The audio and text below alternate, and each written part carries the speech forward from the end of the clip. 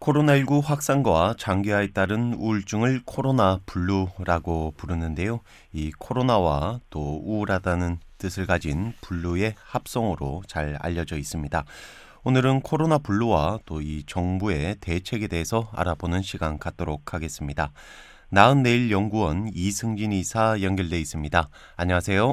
네, 안녕하세요. 네. 자, 이 코로나 블루는 이 감염병에 의한 스트레스가 우울증이 된다. 뭐 이렇게 보면 될까요? 네, 그렇습니다. 이 코로나19 사태 이후에 이 감염에 대한 걱정과 함께 이 공포와 관련된 정보를 많이 검색하게 되는데요.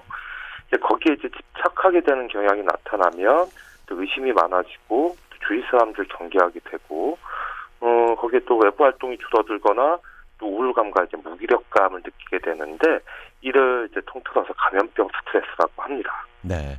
이렇게 코로나19에 따른 스트레스로 인해서 이 우울감과 또 무기력감을 느끼게 되는데요. 이 사회적 거리두기 상황에서 발생하는 이런 가족 간의 갈등이라든지 자가 격리에서 나타나는 감정 변화, 이걸 모두 코로나 블루라고 할 수도 있겠군요. 네, 맞습니다. 이 아동학대 문제도 그래서 더 빈번하게 일어나는 것으로 알려져 있는데요. 이 코로나 블루의 대표적인 증상으로는 두통과 소화불량, 또 어지러움, 두근거림이나 불면증 등이 있고, 또 자주 불안해하거나 쉽게 놀라는 것도 같은 문제로 나타나는 증상이라고 합니다. 네.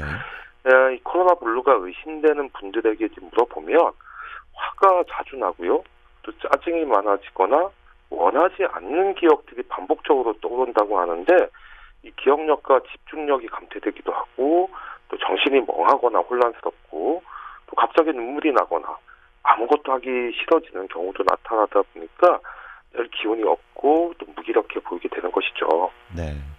뭐 온 국민들뿐만 아니라 또 전 세계적으로 많은 분들이 이런 코로나 블루를 또 앓고 있는 것 같은데요. 자, 그러면 이 코로나 블루가 이 모든 연령층에서 뭐 고르게 나타나고 있나요? 네, 우선 이 통계적으로 코로나 블루는 여성이나 젊은 층에서 더 많이 나타난다고 하는데요. 이 국민건강보험공단이 공개한 코로나19로 인한 국민의 의료 이용 행태 변화에 따르면 우선 마스크 착용과 손 씻기 등 이 생활 방역과 사회적 거리두기 실천으로 이 호흡기나 소화기 감염 같은 그런 이제 손상된 호흡기나 소화기가 감염되거나 손상되는 환자 수는 이제 감소한 반면에 우울증처럼 일부 정신과 질환자 수는 증가한 것으로 나타났습니다. 네.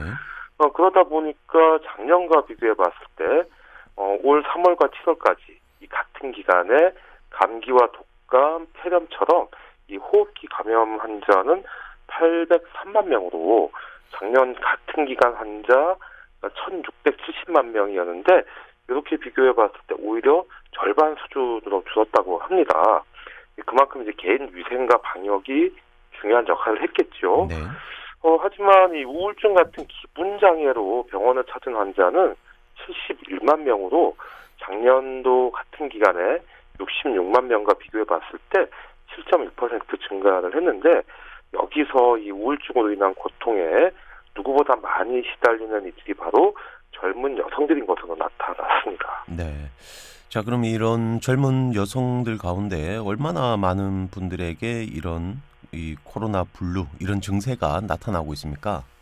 네, 우울증 같은 기분 장애로 이 병원을 찾은 19세에서 44세까지의 젊은 여성 환자가 작년보다 21.6%나 증가했다고 하는데요.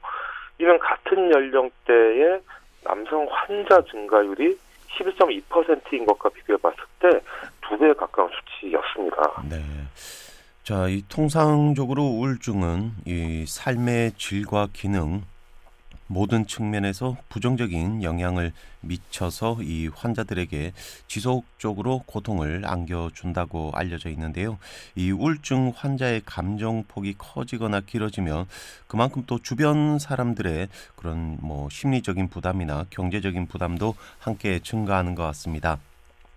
이에 따라서 이중고를 네. 겪게 되는 사례가 많은 것 같은데 좀 어떻습니까? 네, 사실 이 코로나 블루는 이 사회적 고립감으로 더욱 커지는 것으로 알려져 있는데요. 그 한국건강증진개발원의 2020 건강투자인식조사에 따르면 20대 여성은 56.7%, 30대 여성은 50.5%, 60대 여성 57.9%가 코로나 블루를 경험했다 이렇게 밝혔고요. 네. 이 가운데 20대 여성의 절반이 코로나 블루의 원인으로 외출과 모임 자제로 인한 어떤 사회적 고립감을 꼽았고 일자리나 급여 등의 감소로 인한 경제적 어려움도 이 극단적 선택의 위험을 부추기는 것으로 알려져 있습니다. 그 얼마 전에 그 항공업계 강제 휴직과 이 생활고로 우울해하던 20대 승무원이 이 극단적인 선택을 하면서 많은 분들에게 충격을 줬는데요.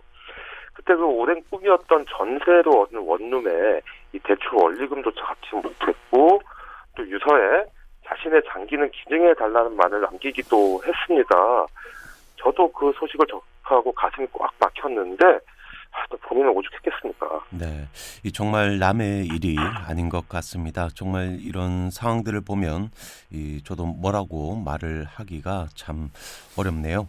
자, 그런데 이렇게 말씀하신 것처럼 이 젊은 층과 특히나 이 여성들에게 더 많은 코로나 블루가 나타나고 있는데 그 이유는 뭘까요? 일반적으로 이 호르몬의 특성상 여성들의 감정 지수가 더 높게 나타나는데 그런데 이런 표현들이 성차별이나 또 성 역할을 강조한다는 이유로 요즘은 지양하는 분위기가 있지 않습니까? 네. 그런데 이제 유엔도 코로나19 위협의 하나로 여성이 감염병 같은 재난에 더 취약한 점을 꼽았는데요. 왜냐하면 아무리 세상이 달라졌다고 해도 여전히 여성들에게 양육이나 가사의 부담이 가중되고 있고요. 또 그만큼 이제 경제 활동에 타격을 받을 수밖에 없고 때로는 가정 폭력까지 증가하는 경향이 보이는데 이 모든 현실이 여성들에게 좀 더 가중되는 측면이 분명히 있습니다. 또 이 코로나19로 인한 사망률은 노인층이 훨씬 높지만 우울증 발병률은 젊은 층이 훨씬 높게 나타나고 있는데 이 개개인이 겪는 모든 상황을 이 연령으로 단순 비교하기는 좀 어렵겠지만 아무래도 이 사회 경험이 적은 젊은 층이 실업이나 양육 또 가사 등에서 스트레스가 그만큼 커지기 때문인 것으로 보여집니다. 네, 이렇게 코로나19 이후 재택근무가 또 늘어나면서 가족들이 집에서 함께 지내는 시간 역시 늘어나고 또 이런 실업과 또 소득 감소, 돌봄, 또 가사 스트레스 등이 또 가정 폭력으로 이어지기도 하는데 아무래도 젊은 층이 이런 면에서는 더 취약할 수밖에 없을 것도 같습니다. 자, 그러면 좀 더 나아가서 이 코로나 블루가 자살 위험을 높인다는 말들이 있던데 이건 뭐 사실인가요? 네, 그렇습니다. 이 코로나 블루는 이 자살 위험을 높이는 것으로 나타나고 있는데요. 이 우울증 환자의 자살 위험은 우울증 환자가 아닌 경우에 비해서 20배나 높게 나타나고 있고요. 네. 기존 우울증 치료제에 반응하지 않는 이 중증의 난치성 우울증을 우리가 치료 저항성 우울증이라고 하는데 이런 환자의 자살 위험은 일반 우울증 환자보다도 7배나 높게 나타나고 있습니다. 네. 이 우울증은 또 인간의 평균 기대 수명을 10년가량 단축시킨다는 연구 결과도 나와 있는데요. 이 보건복지부가 국회에 제출한 2019년에서 2020년 상반기의 자살 현황에 따르면 올해 상반기 20대 여성 자살률이 지난해 대비 43%나 급증한 것으로 나타났습니다. 올해 1월부터 9월까지 자살 사망자의 추정치가 9,755명으로 작년 같은 기간 대비했을 때 518명, 그러니까 5% 정도 감소를 했는데요. 네. 반면에 자살을 시도하거나 또 자살 예방 상담 건수 같이 위험 신호는 큰 폭으로 이제 증가하는 추세라고 합니다. 예를 들어서 지난해 9월에 6,468건이었던 자살 예방 상담 건수가 올해 8월에는 17,012건으로 크게 늘었다고 하니까요.